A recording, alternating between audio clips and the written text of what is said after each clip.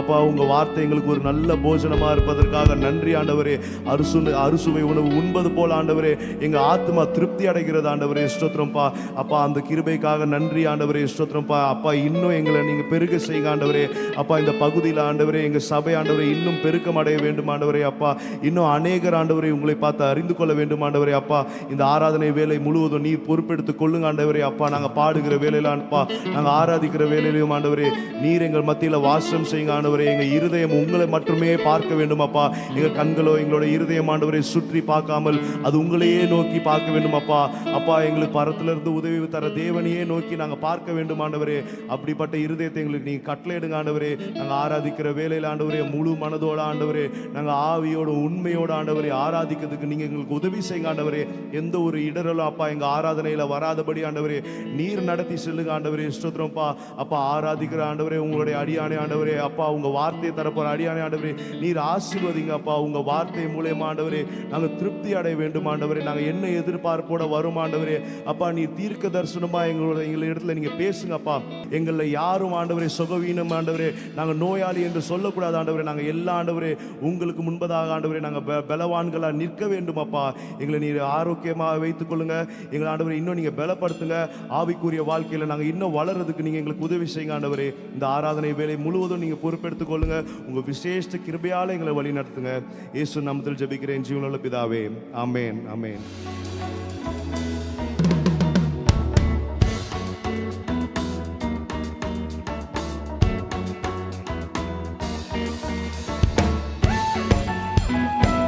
கரங்களை தட்டி உற்சாகமா பாருவோம்.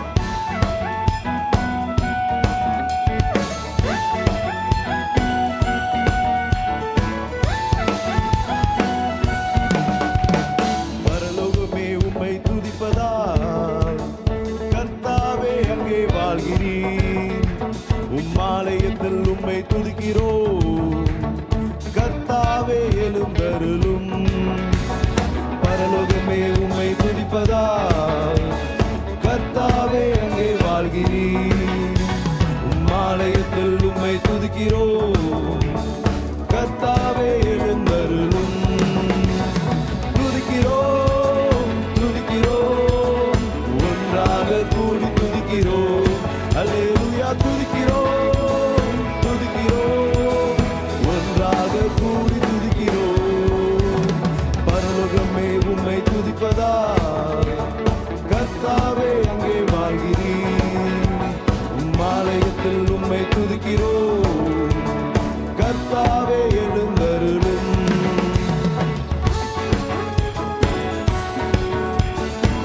உங்கள் நாமம் உயர்த்தும் இடத்தில் அங்கே வாசம் செய்வீர்.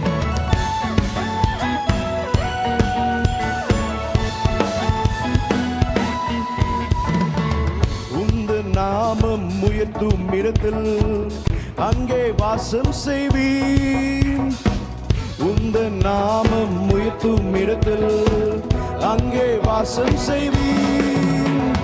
துதிக்கிறோம் துதிக்கிறோம் ஒன்றாக கூடி துதிக்கிறோம். அல்லேலூயா. துதிக்கிறோம் துதிக்கிறோம் ஒன்றாக கூடி துதிக்கிறோம். துதிக்கிறோம் துதிக்கிறோம்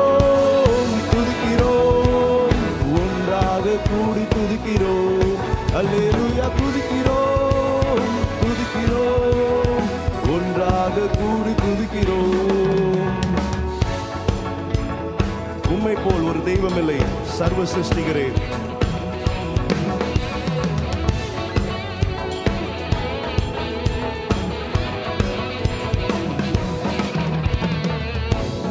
போல் ஒரு தெய்வம் இல்லை சர்வ சிருஷ்டிகரே.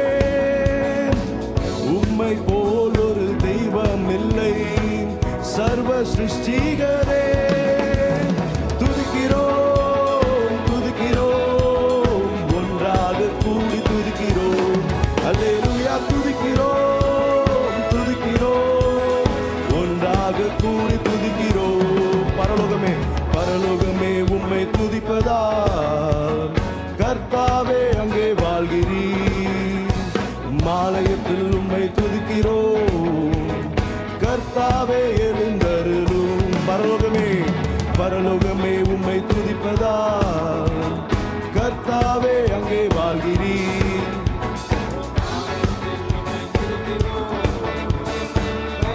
துதிக்கிறோம் துதிக்கிறோம் துதிக்கிறோம், ஒன்றாக கூடி துதிக்கிறோம்.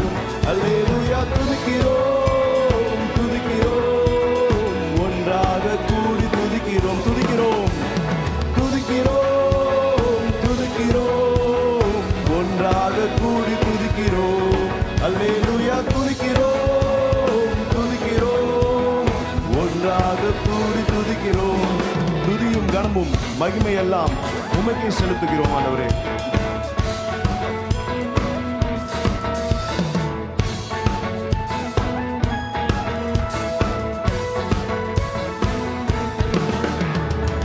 துதியும் கனமும் மகிமை எல்லாம் உமக்கே செலுத்துகிறோம். துதியும் கனமும் மகிமை எல்லாம் உமக்கே செலுத்துகிறோம். துதிக்கிறோம் துதிக்கிறோம், ஒன்றாக கூடி துதிக்கிறோம். அல்லேலூயா. துதிக்கிறோம் துதிக்கிறோம், ஒன்றாக கூடி துதிக்கிறோம். துதிக்கிறோம் துதிக்கிறோம் துதிக்கிறோம், ஒன்றாக கூடி துதிக்கிறோம். அல்லேலூயா. துதிக்கிறோம் துதிக்கிறோம், ஒன்றாக கூடி துதிக்கிறோம். பரலோகமே பரலோகமே உம்மை துதிப்பதா, கர்த்தாவே அங்கே வாழ்கிறீர். உம்மாலயத்தில் உம்மை துதிக்கிறோம். கர்த்தாவே எழுந்தருளும். பரலோகமே உம்மை துதிப்பதா, கர்த்தாவே அங்கே வாழ்கிறீர். உம்மாலயத்தில் உம்மை துதிக்கிறோம். கர்த்தாவே எழுந்தருளும். துதிக்கிறோம் துதிக்கிறோம், ஒன்றாக கூடி துதிக்கிறோம். அல்லேலூயா. துதிக்கிறோம் துதிக்கிறோம், ஒன்றாக கூடி துதிக்கிறோம். அல்லேலூயா. துதிக்கிறோம் துதிக்கிறோம், ஒன்றாக கூடி துதிக்கிறோம். அல்லேலூயா. துதிக்கிறோம் துதிக்கிறோம், ஒன்றாக கூடி துதிக்கிறோம். உந்த நாமம் உயர்த்தும் இடத்தில் அங்கே வாசம் செய்வீர். உந்த நாமம் உயர்த்தும் இடத்தில் அங்கே வாசம் செய்வீர். துதிக்கிறோம் துதிக்கிறோம், ஒன்றாக கூடி துதிக்கிறோம். அல்லேலூயா. துதிக்கிறோம் துதிக்கிறோம், ஒன்றாக கூடி துதிக்கிறோம். பரலோகமே பரலோகமே உம்மை துதிப்பதா, கர்த்தாவே அங்கே வாழ்கிறீர். உம்மாலயத்தில் உம்மை துதிக்கிறோம். கர்த்தாவே எழுந்தருளும். பரலோகமே உம்மை துதிப்பதா, கர்த்தாவே அங்கே வாழ்கிறீர். உம்மாலயத்தில் உம்மை துதிக்கிறோம். கர்த்தாவே எழுந்தருளும். துதிக்கிறோம் துதிக்கிறோம் துதிக்கிறோம், ஒன்றாக கூடி துதிக்கிறோம். அல்லேலூயா. துதிக்கிறோம் துதிக்கிறோம், ஒன்றாக கூடி துதிக்கிறோம். துதிக்கிறோம் துதிக்கிறோம், ஒன்றாக கூடி துதிக்கிறோம். அல்லேலூயா. துதிக்கிறோம் துதிக்கிறோம், ஒன்றாக கூடி துதிக்கிறோம். ஆமென். கரங்களை தட்டி தேவனுக்கு நன்றி சொல்லுமா உற்சாகமா? ஆமென். நம்ம தேவன் நம்மளுடைய வாழ்க்கையில இருக்கல, நம்மளுக்கு ஒரு சோர்வும் இல்லை, ஒரு கலக்கமும் இது இல்லை. நம்ம எல்லாம் சேர்ந்து உற்சாகமா விசுவாசத்தோட சேர்ந்து, இயேசு நீங்க இருக்கையில நாங்க சோர்ந்து போவதில்லை, நீங்க எல்லாமே பார்த்து கொள்வீங்க. நம்ம எல்லாம் எழுந்து நின்று உற்சாகமா கரங்களை தட்டி இந்த பாடலை பாடுவோம்.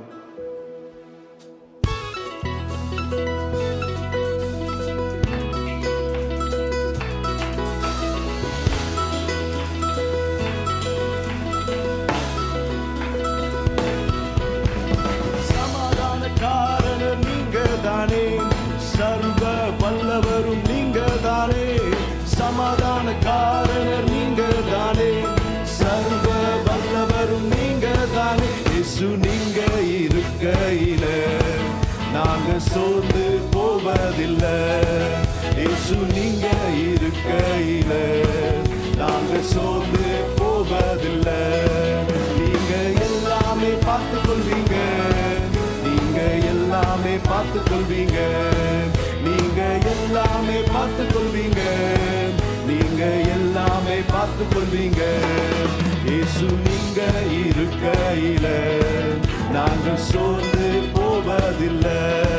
இயேசு நீங்க இருக்கையில நாங்க சோர்ந்து போவதில்லை. அதிசய தேவன் நீங்க தானே, ஆலோசனை கர்த்தர் நீங்க தானே. அதிசய தேவன் நீங்க தானே, ஆலோசனை கர்த்தர் நீங்க தானே. இயேசு நீங்க இருக்கையில நாங்க சோர்ந்து போவதில்லை. இயேசு நீங்க இருக்கையில நாங்க சோர்ந்து போவதில்லை. தாயும் தகப்பனும் நீங்க தானே, தாங்கும் சுமை தாங்கி நீங்க தானே. தாயும் தகப்பனும் நீங்க தானே, தாங்கும் சுமை தாங்கி நீங்க தானே. இயேசு நீங்க இருக்கையில நாங்க சோர்ந்து போவதில்லை. இயேசு நீங்க இருக்கையில நாங்க சோர்ந்து போவதில்லை. எனக்கு அழகெல்லாம் நீங்க தானே, எனது ஆசையெல்லாம் நீங்க தானே. எனக்கு அழகெல்லாம் நீங்க தானே, எனது ஆசையெல்லாம் நீங்க தானே. இயேசு நீங்க இருக்கையில நாங்க சோர்ந்து போவதில்லை. இயேசு நீங்க இருக்கையில நாங்க சோர்ந்து போவதில்லை. இருள் நீக்கும் வெளிச்சம் நீங்க தானே, ரட்சிப்பின் தேவன் நீங்க தானே. இருள் நீக்கும் வெளிச்சம் நீங்க தானே, ரட்சிப்பின் தேவன் நீங்க தானே. இயேசு நீங்க இருக்கையில நாங்க சோர்ந்து போவதில்லை. இயேசு நீங்க இருக்கையில நாங்க சோர்ந்து போவதில்லை. நீங்க எல்லாமே பார்த்துக் கொள்வீங்க, நீங்க எல்லாமே பார்த்துக் கொள்வீங்க. இயேசு நீங்க இருக்கையில நாங்க சோர்ந்து போவதில்லை. இயேசு நீங்க இருக்கையில நாங்க சோர்ந்து போவதில்லை.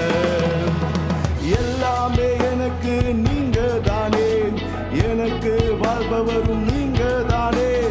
எல்லாமே எனக்கு நீங்க தானே, எனக்குள் வாழ்பவரும் நீங்க தானே. இயேசு நீங்க இருக்கையில நாங்க சோர்ந்து போவதில்லை. இயேசு நீங்க இருக்கையில நாங்க சோர்ந்து போவதில்லை. முதலும் முடிவும் நீங்க தானே, முற்றிலும் காப்பவர் நீங்க தானே. முதலும் முடிவும் நீங்க தானே, முற்றிலும் காப்பவர் நீங்க தானே. இயேசு நீங்க இருக்கையில, இயேசு நீங்க இருக்கையில நாங்க சோர்ந்து போவதில்லை. வலியும் சத்தியமும் நீங்க தானே, வாழ்வளிக்கும் வல்லல் நீங்க தானே.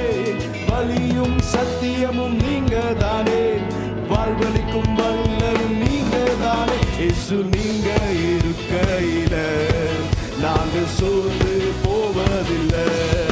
இயேசு நீங்க இருக்கையில நாங்க சோர்ந்து போவதில்லை. நீங்க எல்லாமே பார்த்துக் கொள்வீங்க, நீங்க எல்லாமே பார்த்துக் கொள்வீங்க, நீங்க எல்லாமே பார்த்துக் கொள்வீங்க, நீங்க எல்லாமே பார்த்துக் கொள்வீங்க. இயேசு நீங்க இருக்கையில நாங்க சோர்ந்து போவதில்லை. இயேசு நீங்க இருக்கையில நாங்க சோர்ந்து போவதில்லை. நீங்க எல்லாமே பார்த்துக் கொள்வீங்க, நீங்க எல்லாமே பார்த்துக் கொள்வீங்க, நீங்க எல்லாமே பார்த்துக் கொள்வீங்க, நீங்க எல்லாமே பார்த்துக் கொள்வீங்க. இயேசு நீங்க இருக்கையில நாங்க சோர்ந்து போவதில்லை. இயேசு நீங்க இருக்கையில நாங்க சோர்ந்து போவதில்லை. உபாகமம் 17ஆம் அதிகாரம் முதல் வசனம், பழுதும் அவலட்சணமும் உள்ள யாதொரு மாட்டையாவது ஆட்டையாவது உன் தேவனாகிய கர்த்தருக்கு பலியிட வேண்டாம், அது உன் தேவனாகிய கர்த்தருக்கு அருவருப்பாக இருக்கும். பழைய ஏற்பாட்டில் இஸ்ரவேல் ஜனங்க பலி செலுத்துவாங்க இல்லையா?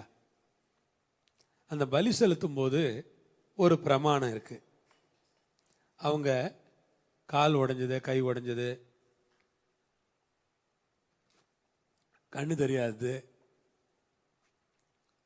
ஊனமானதை எந்த ஒரு மிருகத்தையும் அவங்க என்ன பண்ணக்கூடாது, பலியிடக்கூடாது. அவங்க பலியிடுற மிருகமெல்லாம் பழுதற்ற மிருகமாக சுத்தமுள்ள மிருகமாக இருக்கணும்னு பிரமாணமே இருக்குது. அன்பானவர்களே, இந்த பழுது அவலட்சணம் உள்ள யாதொரு மாட்டையோ ஆட்டையோ என்ன பண்ணக்கூடாது, பலியிடக்கூடாது.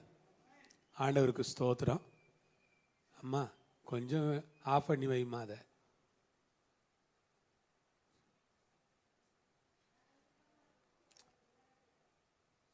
ஆடு மாடு பழுதில்லாததை பலியிடணும் இல்லை? பழுதில்லாத ஆட்டையும் மாட்டையும் பலியிடணும்னு கடவுள் விரும்புகிறாரு. பழுதானதை பலியிடக்கூடாது. இது ஆண்டவருக்கு பிரியமில்லாமல் போயிடும். ஆகவே நாம் ஒரு விஷயம் தெரிஞ்சுக்கணும். நம்ம ஆண்டவருக்கு இது காணிக்கை தானே, இது பலி செலுத்துறது காணிக்கை தான். காணிக்கையை பற்றி தான் நேற்றும் கூட நம்ம கொஞ்சம் படித்தோம். இன்றைக்கும் அதை பற்றி தான் நம்ம படிக்கிறோம். அதை பற்றி தான் அங்கே இருக்குது. அவலட்சணமானதையோ பழுது ஆனதையோ என்ன பண்ணக்கூடாது, பலியிடக்கூடாது. ஆண்டவருக்கு ஸ்தோத்திரம். ஆண்டவருக்கு கொடுக்கறது எப்போவுமே தி பெஸ்ட், அதுதான் கொடுக்கணும். எப்போவுமே தி பெஸ்ட்டுன்னு எது இருக்கோ அதுதான் கடவுளுக்கு. கடவுளுக்கு ரெண்டாம் தரமானதை, செகண்ட் குவாலிட்டி எல்லாம் கடவுளுக்கு கிடையாது.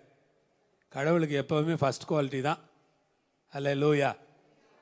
அது அவருக்கு ரொம்ப, அதில் ரொம்ப அவர் கவனமாக இருப்பார்.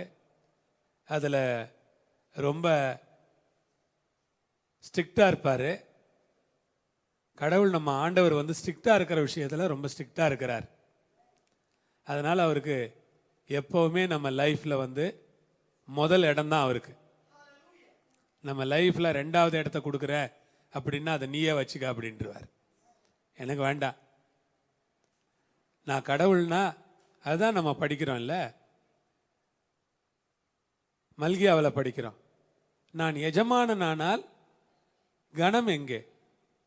அப்புறம் நான் உங்கள் பிதாவானால் நீங்கள் எனக்கு பயப்படுற பயம் எங்க? எஜமானா அந்த கணம் எங்கப்பா? நான் பிதானா அந்த பயம் எங்க? என்ன கேள்வி பாருங்க.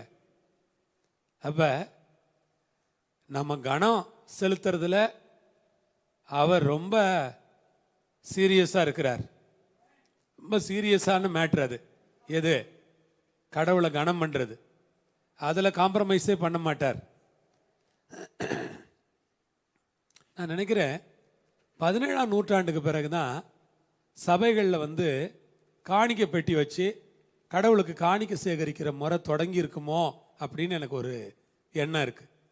17th செஞ்சுரியில் தான் அது ஒரு வேளை தொடங்கியிருக்கலாம்னு நான் நினைக்கிறேன். அதுக்கு முன்னால் அது எப்படி இருந்துச்சு, இல்லை அதை எப்படி ஃபாலோ பண்ணாங்க, அதெல்லாம் தெரியல. நடுவில் விட்டு போயிருக்கும் போல். நம்ம ஜார்ஜ் முல்லர் காலத்தில் அந்த நாட்களில் இங்கிலீஷ் சர்ச், அந்த எல்லா ஃப்ரெஞ்சு, இங்கிலீஷ், பிறகு இந்த ஜெர்மன் சர்ச்சிலெல்லாம் என்ன பழக்கம் இருந்ததுன்னா, சம்பளம் கொடுப்பாங்க. முதல்ல போதகருக்கு என்ன கொடுப்பாங்க, அந்த நிறுவனம் சம்பளம் கொடுப்பாங்க. அது போக இந்த ஃப்ரண்ட் ரோ சேர்ஸ் எல்லாம் வாடகைக்கு கொடுப்பாங்களாம். ஃப்ரண்ட் ரோவில் இருக்கிற சேர்ஸ் இருக்குல்ல, இந்த ஃப்ரண்ட் ஒரு 4 ரோ இருக்குன்னா அந்த ஃப்ரண்ட் 4 ரோவில் எல்லாரும் உட்கார முடியாது. அதை வாடகைக்கு கொடுப்பாங்களாம். அதில் காசு கொடுத்துட்டு தான் உட்காரணும். அவங்க அதுக்குன்னு புக் பண்ணிடுவாங்களாம் பணக்காரங்க. அதனால் ஆதி காலத்தில் அந்த சபையில் எப்படி இருந்திருக்குன்னா, பணக்காரங்களுடைய ஆதிக்கம் ரொம்ப பெருசா இருந்திருக்கு. ஏழைகள் சாதாரண மக்களை யாருமே மதிக்கிறதே கிடையாதான். அந்த ஹிஸ்டரி உங்களுக்கு தெரிஞ்சிருக்குமான்னு எனக்கு தெரியல. இப்படி தான் இருந்தது. இப்போ ஜார்ஜ் முல்லரோட கடவுள் பேசினாராம், நீ இப்படி இவங்களை முன்னால் உட்கார வச்சு இவங்க கொடுக்குற காசில் தான் வாழணும்னு ஆசைப்படுறியா, இல்லை நான் உன்னை ஆசீர்வதிக்கட்டுமா, நீ என்னை கனம் பண்ணி பார்க்குறியா அப்படின்னு கர்த்தர் கேட்டாரா. ஆண்டவரே நான் உங்களை கனம் பண்ணுறேன். உடனே ஒய்ஃப் மேரி கிட்ட போய் சொன்னாரா, மேரி கடவுள் இப்படி சொல்கிறாரு, நம்ம என்ன பண்ணலாம், ஏங்க நம்ம சாப்பாட்டுக்கு என்னங்க பண்ணுறது, இல்லை கடவுள் சொல்கிறார் இல்லைம்மா அவர் செய்வார் அப்படின்னு சொன்னாரா. நீங்கள் என்ன பண்ண போகிறீங்க. அப்போ அவர் என்ன செஞ்சாரான்னு தெரியுங்களா, சின்னதாக ஒரு பெட்டி செஞ்சு பெட்டியில் ஒரு ஓட்டை போட்டு, இது காணிக்க, விருப்பம் இருக்கிறவங்க காணிக்க போடுங்க, பெஞ்சில் யார் வேணாலும் உட்காரலாம், பெஞ்சை வாடகை விடுற முறைய இல்லை, அப்படி இருந்தால் நீங்கள் உட்கார முடியாது. இங்கே இந்த பெஞ்சில் உட்கார்றதுக்கு நீங்கள் எவ்வளோ கொடுக்கணும், ஒரு வாரத்துக்கு 1000 ரூபா கொடுத்துட்டு தான் இந்த பெஞ்சில் உட்காரணும்னு சட்டம் இருந்துச்சுன்னா நீங்கள் என்ன பண்ணுவீங்க, ஆட்டோமேட்டிக்காக பின்னால் போயிடுவோம். இப்போ நம்ம முன்னால் வாங்குறோம், ஜனங்களை வரமாட்டேங்கிறாங்க. அவங்களுக்கு தெரியல, நம்ம வந்து ஒரு ரூல் போட்டோன்னு வச்சுங்களேன், முன்னால் பெஞ்சுக்கு இவ்வளோ காசுன்னா வந்துடுவாங்க நம்ம ஆளுங்க. முதல் பெஞ்சில் வந்து உட்காரதுக்கு காசுன்னா வந்துடுவாங்க. நம்ம ஆளுங்களுக்கு எப்போவுமே அந்த மாதிரிலாம் இருக்கும் பாருங்க. கொஞ்சம் ஃபஸ்ட் ரோ இதெல்லாம் தியேட்டருக்கிட்டெல்லாம் போன ஆளுங்க இருந்தீங்கன்னா தெரியும். ஃபஸ்ட் ரோ அதுக்கெல்லாம் என்ன டிமாண்ட் இருக்கும் அதெல்லாம் உங்களுக்கு தெரியும். எனக்கு தெரியல, அதை பற்றி ஐடியாவே இல்லை எனக்கு. ஸோ இந்த மாதிரி இந்த ஃபர்ஸ்ட் ரோவில் உட்கார்றவங்க, செகண்ட் ரோவில் உட்கார்றவங்க எல்லாம் வாடகை கொடுத்துட்டு இருப்பாங்களாம். காணிக்கப்படி செஞ்சு வச்சுட்டாரு. இனிமேல் பணக்காரங்களுக்கெல்லாம் ரொம்ப கோவம் வந்துச்சா, என்ன நினச்சிருக்கிற நீ, உன் விஷயத்துக்கெல்லாம் சபையை நடத்துறதா, அப்படி ஆச்சா இப்படி ஆச்சுன்னு எல்லாம் சண்டை போட்டிருக்காங்க. அவர் சொல்லியிருக்கார், அதெல்லாம் கிடையாது, கடவுள் என்கிட்ட சொல்லியிருக்கிறாரு. ஒரு முரட்டு மனுஷன், ரொம்ப முரட்டு மனுஷன், முரட்டு தீர்மானங்கள் எடுக்கிற மனுஷன் அவர். கடவுள் என்கிட்ட சொல்லிட்டாரு, அவ்வளோதான், நீங்கள் எங்கே வேணாலும் உட்காந்துக்குங்க, யார் முன்னால் வராங்களோ அவங்க முன்னால் வந்து என்ன பண்ணிட்டான், உட்கார்ட்டான். நீங்கள் லேட்டாக வந்தீங்கன்னா பின்னால் உட்காருங்க, இதில் என்ன தப்பு இருக்கு அப்படின்னு அவர் சொல்லிட்டு எவனும் காணிக்கே போடலையாங்க. இந்த ஏழைங்க 1 சில்லாங்கு 2 சில்லாங்கு இப்படி தான் போட்டிருக்கிறாங்க. இதை எடுத்து பார்த்தா கஞ்சி வாங்கி குடிக்கிறது கூட வசதி இல்லாமல் போயிடுச்சான் அவங்களுக்கு. ரொம்ப கஷ்டப்பட்டுருக்காங்க அந்த அம்மா. அதுக்கு பிறகு கொஞ்சம் கொஞ்சமாக கடவுளுக்கு காணிக்க கொடுக்கறத பற்றி போதிச்சிருக்கிறார் அவர் சபைக்கு. அதுக்கு பிறகு மக்கள் கடவுளுக்கு எப்படி காணிக்க கொடுக்கணும், எப்படி தசம பாகம் கொடுக்கணும், எப்படி கடவுளை கனம் பண்ணணும் அப்படிங்கிறதெல்லாம் கற்றுக்கிட்டு கொடுக்க தொடங்கி இருக்கிறாங்க. அதற்கு பிறகு அந்த ஊழியங்கள் ஆசீர்வதிக்கப்பட்டிருக்கு. இப்போ இவ்வளோ நாளாக நம்ம அதெல்லாம் கற்றுக்கிட்ட பிறகு நம்ம ஊழியத்துக்கு வந்திருக்கிறோம். அந்த காலத்தில் இருந்தால் நான்லாம் வாடகை விடுற முறையை மாற்றிருப்பேனான்னு எனக்கு சந்தேகம்தான். நமக்கெல்லாம் அவ்வளோ தைரியம் வராதுங்க. திடீர்னு எடுத்தேன் கவிழ்த்தேன்னு ஒரு ஆள் எப்படிங்க அவ்வளோ பெரிய முடிவு எடுத்திருப்பார் அந்த மனுஷன். ரொம்ப முரட்டு மனுஷன், அதனால தான் சொல்கிறேன், அவர் முரட்டு மனுஷன், ரொம்ப தைரியமான மனுஷன், ரொம்ப ஒரு விசுவாசம் உள்ள ஒரு புருஷன் அவர். அல்லேலூயா. 17ஆம் நூற்றாண்டினுடைய முடிவில் அவர் தொடங்கினார். 18ஆம் நூற்றாண்டில் கடைசி 92 வயசு வரைக்கும் வாழ்ந்தார். ரொம்ப முரட்டு மனுஷன் பாருங்க. முதல் மனைவி செத்து போச்சு, வேறு வழி இல்லாமல் 2வது கல்யாணம் பண்ணாங்க அவருக்கு, அந்த மனைவியும் செத்து போச்சு. இவர் 92 வயசு வரைக்கும் ஐயா இருந்தார். நல்லா இருந்து 92 வயசில் அவருடைய அந்த அடக்க ஆராதனையை சொல்கிறாங்க, அந்த பிரிஸ்டல் நகரமே அப்படி ஒரு அடக்க ஆராதனையை பார்த்தது இல்லையா. ஏன்னா அந்த ஆசிரமத்தில் 2000 குழந்தைங்க இருந்தாங்களாம். 2000 குழந்தைங்களுக்கு வேளை வேளைக்கு சாப்பாடு, டீ, காஃபி, வேளை வேளைக்கு அவங்களுக்கான உணவு, ஸ்நாக்ஸு. வா, மாபெரும் விசுவாசம் உள்ள ஒரு மனிதர் அவர். யார்கிட்டையும் தான் தேவைக்காக போய் கேட்கவே மாட்டாராம், என் தேவை இது எனக்கு கொடுங்க அப்படின்னு சொல்லவே மாட்டார். கர்த்தருக்கு ஸ்தோத்திரம். அப்படி ஒரு தேவனுடைய மனுஷன். நிறைய தேவ மனிதர்கள் இருந்திருக்காங்கல்ல, அதில் ஒரு விசேஷமான மனிதர் ஜார்ஜ் முல்லர். ஜார்ஜ் முல்லர் தான் 100 தடவை பைபிள் படித்தவர். 50 முறை முழங்காலில் படிச்சிருக்கிறார், 50 தடவை உட்கார்ந்து படிச்சிருக்கிறார், 100 தடவை பைபிளும் படிச்சிருக்கிறார் அவர். அதனால வேதத்தில் இருக்கிற தேவனை அவர் ரொம்ப நல்லா அறிஞ்சு வச்சிருந்தார். அல்லேலூயா. நம்ம பைபிளை படித்து தேவனை அறிந்து கொள்ள வேண்டும். வேதத்தில் ஒரு தேவன் இருக்கிறார், அவர் அற்புதமான தேவன், அவர் மாறாத தேவன், நேற்றும் இன்றும் என்றும் மாறாதவர். அதை படித்து வச்சுக்கணும். நம்ம மற்றதெல்லாம் படிக்கிறோம். நம்ம மாறாத தேவனை நாம் எப்படி படிக்க வேண்டுமோ அப்படி என்ன செய்யணும், படிக்க கர்த்தர் கிருபை கொடுப்பாராக, உங்களை ஆசீர்வதிப்பாராக. அதனால கர்த்தருக்கு கொடுக்கறது எப்பவுமே கனம். அந்த கனத்தை கர்த்தருக்கு கொடுக்கணும். அந்த கனத்தை ஆண்டவர் கொடுத்தோன்னா ஆண்டவருக்கு அது ரொம்ப மகிழ்ச்சியை தரும். வாழ்க்கையிலே கர்த்தரை கனப்படுத்துங்கள். உங்களுடைய குடும்ப நிகழ்வுகளிலே கர்த்தரை கனப்படுத்துங்கள். உங்களுடைய குடும்பத்தில் நடக்கிற எனி ஸ்பெஷல் அக்கேஷன் அங்கே ப்ரையாரிட்டி காடுக்கு தான், வேற எதுக்கும் இருக்கக்கூடாது. மற்றதெல்லாம் ரெண்டாவது இருக்கட்டும், பரவாயில்ல. கர்த்தருக்கு ஸ்தோத்திரம். நம்ம ஊரில் கல்யாணம் நடக்கும் பாருங்க, கல்யாணத்தில் யாருமே இருக்க மாட்டாங்க, எல்லாம் ரிசப்ஷனுக்கு தான் ஆயத்தம் பண்ணிக்கிட்டு இருப்பாங்க. பைத்தியங்களுக்கு ஒன்றும் தெரியறதில்ல. கல்யாணம் முக்கியமா ரிசப்ஷன் முக்கியமா? கல்யாணம் தாங்க முக்கியம். நம்ம ஊர் பைத்தியங்களுக்கு ரிசப்ஷன் தான் முக்கியம். அது நமக்கு நேரம் இல்லாதனால ரிசப்ஷனுக்கு போகிறோம், அது விஷயம் வேற. ஆனால் கல்யாணம் நடத்துகிற வீட்டாருக்கு என்ன தெரியணும்னா ரிசப்ஷன் ரெண்டாவது. அது யாராவது பார்த்துக்கிட்டோம். கேட்ரிங்காரன்ட்ட கொடுத்தா அவன் சோறு போட போகிறான், நீங்களா போய் பொங்க போகிறீங்க. அவன் பொங்கி எடுத்துகிட்டு வந்து போட போகிறான், நீங்கள் சாப்பிட போகிறீங்க. அவன் எண்ணத்தை போட்டு பொங்குறானோ அதுதான் சாப்பாடு. நாளைக்கு நம்ம சாப்பாடு கேட்ரிங் சாப்பாடு இல்லை, நம்மளா பண்ணுறோம். நமக்கு எனக்கு கேட்ரிங் மேலே எனக்கு இஷ்டமே கிடையாது. எனக்கு இந்த கேட்ரிங் சாப்பாடுனாலே நான் சாப்பிட்றதும் இல்லை. கேட்ரிங்கா சரி நீங்களே சாப்பிடுங்க நான் கிளம்புறேன் அப்படின்ட்டு வந்துடுறது நான். ஏன்னா அவன் கண்டதையும் போட்டு அஜினா மோட்டா அதை இதை போட்டு அதை வாசனையாக்கி இதை பண்ணி அதை ஊற்றி அவன் அது நல்லா டேஸ்ட்டாக தான் இருக்குது. வீட்டுக்கு வந்த பிறகு தான் தெரியுது வயிறு இவ்வளோ பெரிய வயிறு ஆகிடுது. ஏற்கனவே நமக்கு வயிறு ரொம்ப சின்னதாக வேறு இருக்குது பாருங்க, அதில் அதை வேற தின்னுபிட்டு.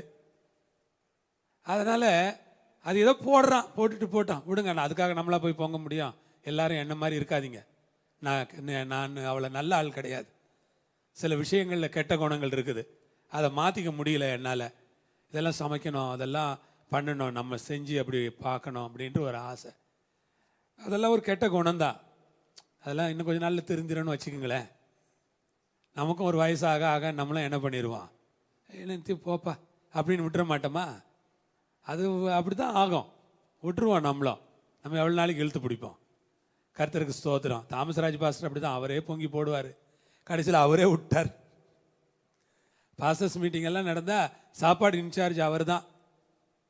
பாஸ்டர் சொல்லுவார், சாம் சுந்தரம் ஐயா இன்னைக்கு உங்களுக்காக 30 ஆடுகள் கொலை செய்யப்பட்டிருக்கிறது, உங்கள் பாவங்கள் எல்லாம் மன்னிக்கப்பட்டிருக்கிறது, சந்தோஷமாக சாப்பிட்டு போங்க அப்படிம்பார். தாமஸ்ராஜ் தான் பொங்கினார் அப்படிம்பார். அப்படி சாப்பாடு பொறுப்பு எடுத்துக்குவார்.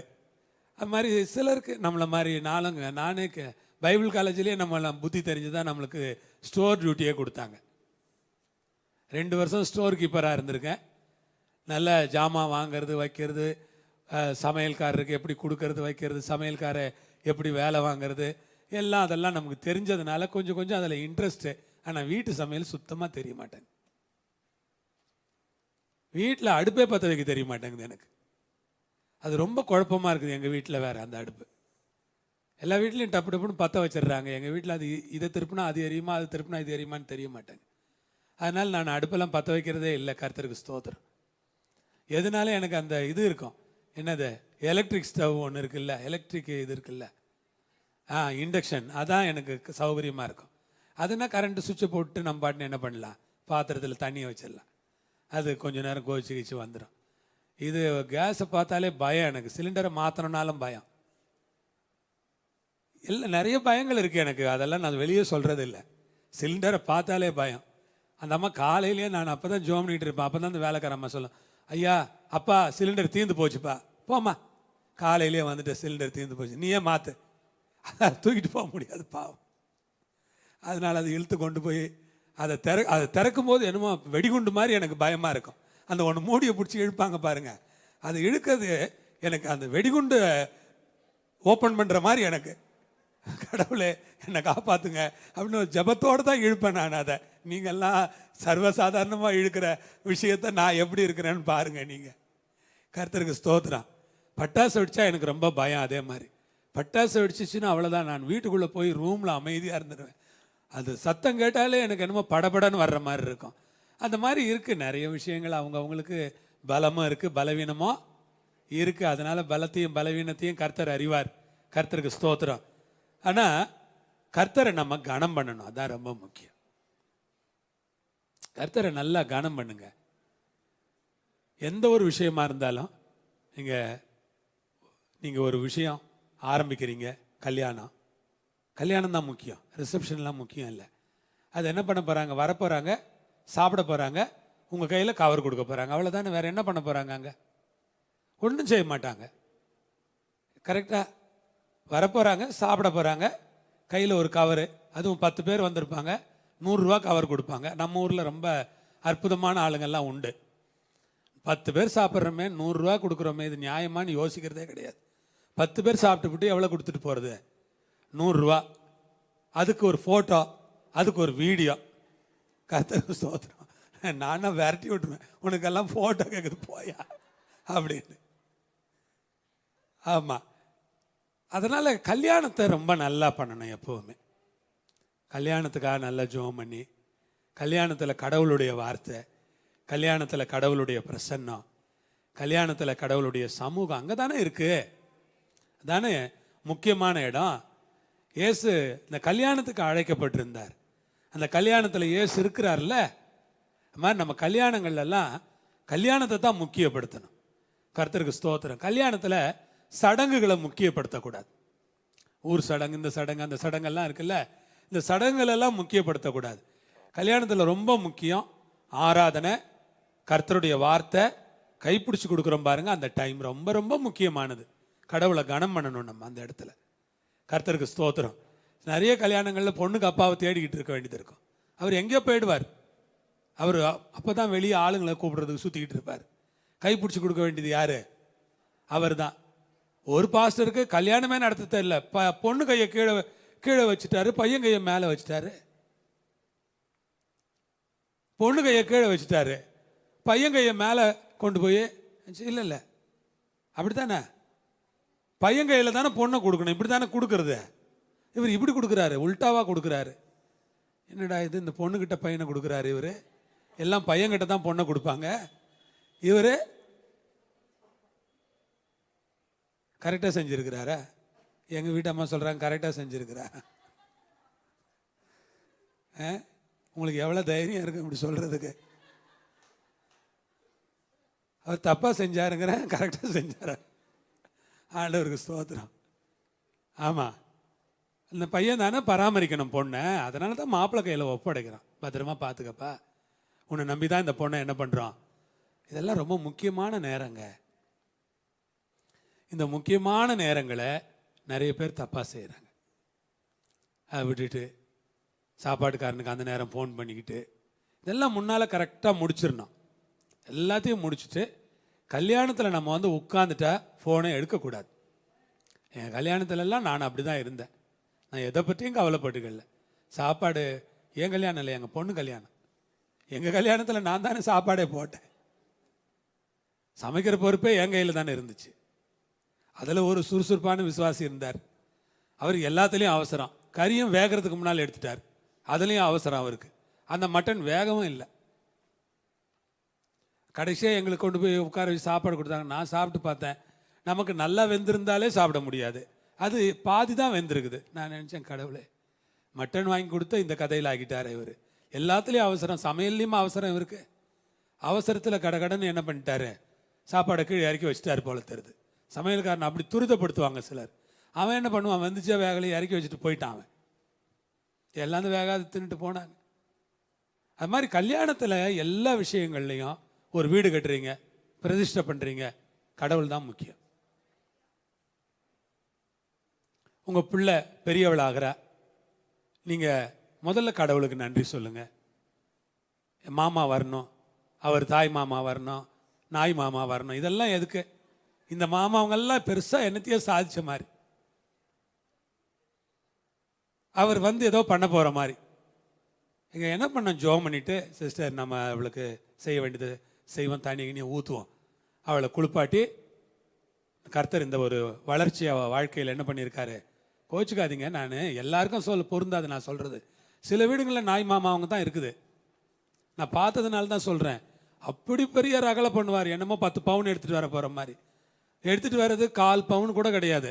அதுக்கு அவர் பண்ணுற அலப்பறை இருக்கு பாருங்க, தாங்க முடியாது நம்மளால். அந்த 1/4 பவுன் என்ன நம்மளால் வாங்க முடியாது சொல்லுங்க? அந்த 2 கிராம் நம்மளால் வாங்க முடியாதா? அந்த 2 கிராமுக்கு அவர் அவ்வளோ அலப்பறை பண்ணிக்கிட்டு இருப்பார். அதனால தான் அவருக்கு இப்போ தாய் மாமான்னு சொல்கிறது இல்லை. நான் அதெல்லாம் சொல்லக்கூடாது, ஒரு தடவை தான் சொல்லணும், திரும்ப சொல்லாதீங்க. அப்புறம் யார் காதுலையாவது விழுந்துட்டு நம்மகிட்ட சண்டை கண்டிக்கு வரப்போகிறேன். அதில் ஒரு விஷயம், எல்லாத்துலேயுமே கடவுளை முன்னால் வைங்க. குழந்தை பிறந்துச்சா, நிறைய நேரங்களில் குழந்தை பிறந்த நிறைய குடும்பங்கள் நேராக வீட்டுக்கு போக மாட்டாங்க. அவங்க ஆஸ்பத்திரியிலேருந்து நேராக சர்ச்சுக்கு தான் வருவாங்க. அந்த குழந்தைய முதல்ல எங்கே எடுத்துகிட்டு வருவாங்க?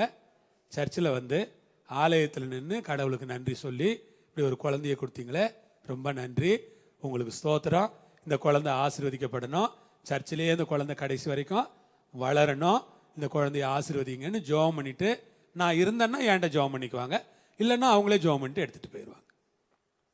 குழந்தை முதல்ல எங்கே வருது? சபைக்கு. இல்லை, எவ்வளோ நல்லா இருக்கு பாருங்க. அதே போல் நீங்கள் உங்கள் வாழ்க்கையில் எது நடந்தாலும், பிள்ளைய எல்கேஜிக்கு அனுப்ப போகிறீங்களா, சர்ச்சுக்கு கூட்டிகிட்டு வாங்க. கூட்டிகிட்டு வந்து சர்ச்சில் நீங்களும் பிள்ளைய முட்டி போட்டு ஜெபம் பண்ணிவிட்டு எல்கேஜியில் கொண்டு போய் என்ன பண்ணுங்க? சேர்த்து விட்டுட்டு வாங்க. அவன் படிப்பை ஆசீர்வதிங்க, இவன் நல்லா படிக்கணும், எத்தனை டிகிரி வாங்க முடியுமோ அத்தனை டிகிரி என்ன பண்ணணும்? வாங்கின ஆண்டவரே ஆசீர்வதிங்க அப்படின்னு ஜெபம் பண்ணி கூட்டிகிட்டு போங்க. பாஸ்டர் இருந்தால் பாஸ்டர்கிட்ட ஜெபம் பண்ணிட்டு போங்க. இதெல்லாம் நம்ம ஆண்டவருக்கு கொடுக்குற முக்கியத்துவம். இது சடங்கு இல்லை, இது நாம் தேவனை முன்னிலைப்படுத்துகிறோம். தேவனை நாம் முன்னிலைப்படுத்தினால் தேவன் நம்முடைய வீட்டை எவ்வளவாய் ஆசீர்வதிப்பார் பாருங்க. தேவனை முன்னிலைப்படுத்துறீங்க, கர்த்தருக்கு ஸ்தோத்திரம். அதனால தான் வேலை கிடைச்சிச்சுன்னா என்ன பண்ணுறோம்? கடவுளுக்கு நன்றி சொல்கிறோம். முதல் மாத சம்பளத்தை கர்த்தருக்கு என்ன பண்ணுறோம்? காணிக்கையாக கொடுக்குறோம். ஏன்னா முதற் பலனெல்லாம் கர்த்தருக்கு சொந்தம் இல்லையா? முதல் மாத காணிக்கையை கொண்டு வந்து கோயில் என்ன பண்ணுறோம்? கர்த்தாவே, இது என்னுடைய முதல் மாத சம்பளம் உங்கள் கையில் கொடுக்குறேன். நான் சிலருக்கு ஜெபம் பண்ணும்போது சொல்லுவேன், ஆண்டவரே இப்போ 1000ங்களில் சம்பாதிக்கிறாங்க, இவங்க லட்சங்களில் சம்பாதிக்கிறதுக்கு இவங்களுக்கு உதவி செஞ்சு எதிர்காலம் லட்சங்களில் சம்பளம் வாங்குறதுக்கு இவங்க கைகளை ஆசீர்வதிங்க அப்படின்னு ஜெபம் பண்ணி அனுப்பி வைப்பேன். நிச்சயமாக செய்வார்ல ஆண்டவர்? செய்வாரா? செய்வாருங்க, பெரிய காரியம் செய்வார். பாருங்க, நான் நீங்கள் நினைக்கிறீங்க எனக்கு ஒரு பாஸ்டர் நல்லா தெரியும், ஒரு நல்ல ஊழியக்காரர், மூலக்கடையில் தான் அவர் இருந்தார். அவருடைய மகனை நான் சமீபத்தில் சந்தித்தேன். அவர் ரொம்ப கஷ்டத்தில் இருந்தாருங்க. அந்த ஊழியக்காரர் ரொம்ப நெருக்கடிகள், பல கஷ்டங்கள், பொம்பளை பிள்ளைகள் வேறு நிறைய இருந்தாங்க, அவருக்கு நிறைய சிரமங்கள் இருந்துச்சு. ஆனால் நீங்கள் இந்த கேகே நகர் அந்த பக்கம் போனீங்கன்னா அந்த அந்த மெட்ரோ இருக்குல்ல, அந்த கேகே நகர், அசோக் நகர் மெட்ரோ, அந்த மெட்ரோ ஒட்டி நிறைய கேன்டீன்ஸ் மாதிரி பெரிய ஃபுட் ஸ்டால்ஸ் எல்லாம் வச்சுருப்பாங்க. பார்த்துருக்கீங்களா? இப்போ தான் ரொம்ப நாளாக இருக்காது. அது ஒரு 100 ஷாப்பு. அந்த 100 ஷாப்புமே அவர் கவர்மெண்ட்லேருந்து டெண்டர் எடுத்து, அந்த பிரதர் வந்து ரொம்ப பெரிய கோடீஸ்வரனாக இருக்கிறார், பாஸ்டருடைய மகன். ஏன் தெரியுமா? கடவுளை கனப்படுத்துகிற குடும்பத்திலேருந்து சாதாரண பிள்ளைங்க கூட பெரிய பெரிய பிஸ்னஸ் பீப்புளாக வந்துடுவாங்க, பெரிய பிஸ்னஸ் மேக்னெட்டாக வருவாங்க. நமக்கு தெரியாது, சாதாரண குடும்பம். எனக்கு நினச்சி ரொம்ப சந்தோஷமாக இருந்துச்சு. இவ்வளோ சாதாரண குடும்பத்திலேருந்து இவ்வளோ அருமையான பிள்ளைகளை எழுப்பி இருக்கிறீங்களே, உங்களுக்கு நன்றி ஆண்டவரே. ஏன் தெரியுமா? சாதாரண குடும்பமாக இருந்தாலும் கர்த்தரை ரொம்ப கனம் பண்ணுவாங்க, கர்த்தருக்கு ரொம்ப முக்கியத்துவம் கொடுப்பாங்க, கர்த்தரை முன்னிலைப்படுத்துவாங்க, வேற எதையும் முன்னிலைப்படுத்த மாட்டாங்க. அதனால் உங்கள் வாழ்க்கையில் எல்லா விஷயங்கள்லையும் கர்த்தரையே முன்னிலைப்படுத்துங்க, கர்த்தருக்கே அதிக முக்கியத்துவம் கொடுங்க. பழுது அவலட்சணமான மாட்டையோ ஆட்டையோ கர்த்தருக்கு என்ன பண்ணாதீங்க? பலியிடாதீங்க. அடுத்தது ஒரு வசனம் இருக்கு பாருங்க, 12வது வசனம் படிங்க. அங்கே உன் தேவனாகிய கர்த்தருக்கு ஆராதனை செய்யும்படி நிற்கிற ஆசாரியனுடைய சொல்லை ஆகிலும் நியாயாதிபதியினுடைய சொல்லை ஆகிலும் கேளாமல் ஒருவன் இடும்பு செய்தால் அவன் சாக கடவன். இப்படியே தீமையை இஸ்ரவேலிலிருந்து விலக்க கடவாய். பார்த்தீங்களா? இது எவ்வளவு ஸ்ட்ரிக்டா இருக்கிறார் பாருங்க. ஒரு அங்க ஒரு விசாரணைக்காக வந்திருக்கிறாங்க. அந்த விசாரணையினுடைய முடிவில் ஆசாரியன், நியாயாதிபதி இவங்க ஜட்ஜ்மெண்ட் கொடுக்குறாங்க. அவங்க சொல்ல கேளாம ஒருவன் இடும்பு செய்தால், சில என்ன பண்ணுவாங்க, கோர்ட்டு சொன்னா கூட அந்த கோர்ட்டு தீர்ப்பை மதிக்க மாட்டாங்க. அது மாதிரி அந்த நாட்களில் கோர்ட்டு தீர்ப்பு எதுன்னா ஆசாரியனுடையது. நியாயாதிபதி இல்லாத நாட்களில் ஆசாரியனுடையது மட்டும்தான். நியாயாதிபதி இருக்கும்போது நியாயாதிபதி, ஆசாரியன் ரெண்டு பேரும் சேர்ந்து தான் ஒரு ஜட்ஜ்மெண்ட் கொடுப்பாங்க. அந்த ஜட்ஜ்மெண்ட்டுக்கு எவனாவது கீழ்ப்படியல அப்படின்னா அவனை என்ன பண்ணணுமா? அவனை கொல்லணுமா? ஆமாங்க, சபையில கூட நீங்க எந்த குடும்ப காரியங்களா இருந்தாலும் பாஸ்டருடைய சொல்லே ஒரு இறுதி தீர்ப்பா உங்களுக்கு வச்சுக்கணும். நீங்க பாஸ்டர் இப்படி சொல்லிட்டாரு, அப்படி சொல்லிட்டாருன்னு சொல்லக்கூடாது. பாஸ்டர் சொல்லியிருக்கிறாங்க, கரெக்டாக தான் இருக்கும். அவர் சொல்றத நம்ம என்ன பண்ணணும்? கேட்கணும். அதான் நல்லது. நமக்கு இப்போ சரின்னு படலைன்னா கூட, தப்பா தோணுனா கூட அவர் சொல்றதான் என்ன பண்ணணும்? நாம கேட்கணும். அது கர்த்தருக்கு பிரியமா இருக்கும். அதனால அவருடைய சொல்ல நாம மதிக்கணும் அப்படின்னு நீங்க எல்லாரும் முடிவு பண்ணணும். சில நேரங்களில் நம்ம ஒன்று சொல்லுவோம், அவங்க ஒன்று செய்வாங்க. பழைய ஏற்பாட்டு சட்டப்படி பார்த்தா அவங்க கொல்லப்படணும். ஆனால் இப்பெல்லாம் ஜனங்க ஒரு ஊழியக்காரருடைய சொல்ல அந்த அளவுக்கு அவங்க கனப்படுத்துறாங்களா அப்படின்னு எனக்கு தெரியல. அவங்க கனப்படுத்தணும், அதுதான் அவங்களுக்கு ஆசீர்வாதம். அவங்க கனப்படுத்தலைன்னா சில நேரம் நம்ம சொல்லுவோம், இதெல்லாம் வேணாம் உங்களுக்கு அப்படி கேட்க மாட்டாங்க. கர்த்தருக்கு ஸ்தோத்திரம். சில நேரத்தில் சிலர் நம்ம சொல்லியே கேட்க மாட்டாங்க. ஒருத்தர் அப்படிதாங்க. அவர் துபாயில் வேலை பார்த்துக்கிட்டு இருந்தார். ஊருக்கு வந்தார். வந்த உடனே என்கிட்ட பார்த்து, அவர் ஒரு விசுவாசி தான், என்கிட்ட கேட்டார், நான் இங்கே என்ன பிஸ்னஸ் பண்ணுறதுன்னு எனக்கு தெரியல. அப்போ சூப்பர் மார்க்கெட் இங்கே இல்லாத நாட்கள். நான் சொல்லும்போது சூப்பர் மார்க்கெட்டுங்கிற கான்செப்டே இங்கே இல்லை. சென்னையில் எங்கேயுமே சூப்பர் மார்க்கெட்டுங்கிற கான்செப்டை அப்போ நான் பார்த்ததில்லை. ஒரே ஒரு மால், அந்த மவுண்ட் ரோடில் இருக்க அந்த மால் மட்டும்தான் இருந்துச்சு. அதுக்கு என்ன பேர்? Spencer plaza. ஸ்பென்சர் பிளாசா மட்டும்தான் இருந்துச்சு. வேற எந்த மாலையுமே நம்ம அந்த நாட்களில் பார்க்க முடியாது. அப்போ அவர் என்கிட்ட கேட்குறாரு, நான் சூப்பர் மார்க்கெட் வைக்க போகிறேன், நீங்கள் ஜோம் பண்ண வாங்க. நான் சொன்னேன், அது வேணாம் உங்களுக்கு. அதெல்லாம் காலாகாலமாக பிஸ்னஸில் இருக்கிற, காலாகாலமாக மளிகை கடை நடத்திக்கிட்டு இருக்கிறவங்களுக்கு மட்டும்தான் அதை செய்ய முடியும். சாதாரணமாக அந்த கான்செப்டே புரிஞ்சுக்க முடியாது நம்மளால்.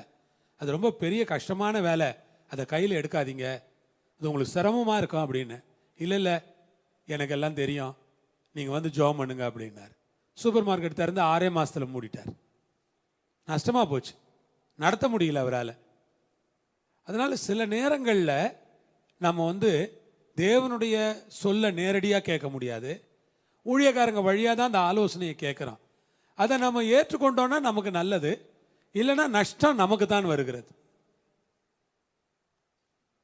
நஷ்டம் நமக்கு தான் வருகிறது.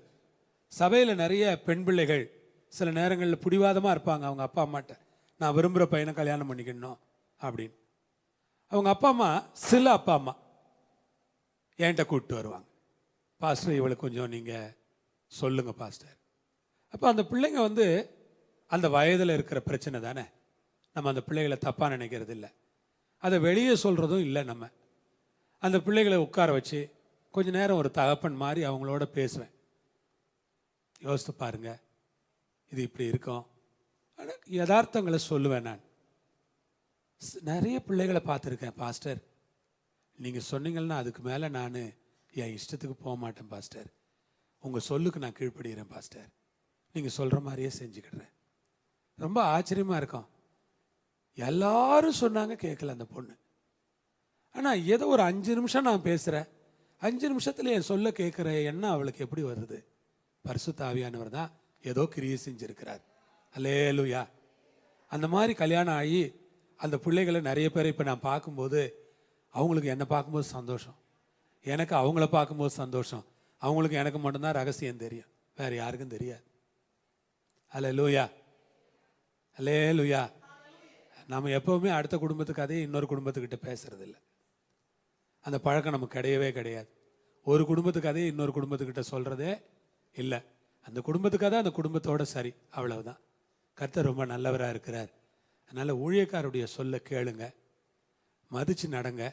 அது உங்களுக்கு ஆசீர்வாதமாக இருக்கும். எழும்புங்க, ஜெபம் பண்ணலாம்.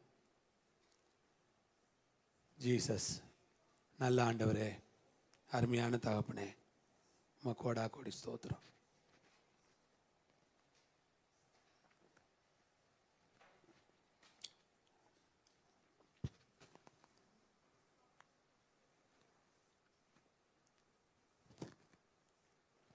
எங்களை அதிகமாய் நேசிக்கிற எங்கள் பரமபிதாவே, எந்த பழுதானதையும் அவலட்சணமானதையும் உங்களுக்கு நாங்கள் கொடுக்கக்கூடாதுன்னு கேள்விப்பட்டோம். எங்கள் வாழ்க்கையில் முதல் தரமானதை உங்களுக்கு கொடுத்து உங்களை முதலிடத்தில் வைக்கணுன்றது தான் நாங்கள் கற்றுக்கொள்கிற பாடம். முதல் தரமானதை கொடுத்து உங்களை முதலிடத்தில் வைக்கிறதுக்கு எங்களுக்கு கிருபை கொடுங்க கர்த்தர். எங்களையும் எங்கள் குடும்பங்களையும் எங்கள் பிள்ளைகளையும் அப்படி ஆசீர்வதிக்கணும்னு நாங்கள் ஜெபிக்கிறோம். கரங்களில் ஒப்பு கொடுக்குறோம். பொறுப்படுத்திக் கொள்ளுங்க. நாமத்தை மயப்படுத்துங்க. சாட்சியாக நிறுத்துங்க. சத்துருவின் தீமைக்கெல்லாம் விலக்கி காத்துக்கொள்ளுங்க. இந்த ஊழிய ஆசீர்வதிக்கப்படட்டும்.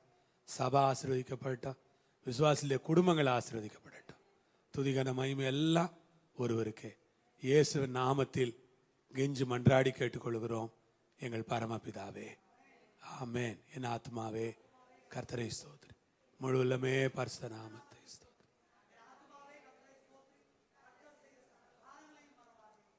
ஆமென். கர்த்தராகிய இயேசு கிறிஸ்துவின் கிருபை, பிதாவாகிய தேவனுடைய அன்பு, பரிசுத்த ஆவியானவருடைய ஐக்கியம் நம் அனைவரோடு எல்லா பரிசுத்தவான்களோடும் இயேசுவின் வருகை மட்டும் இருப்பதாக. அல்லேலூயா.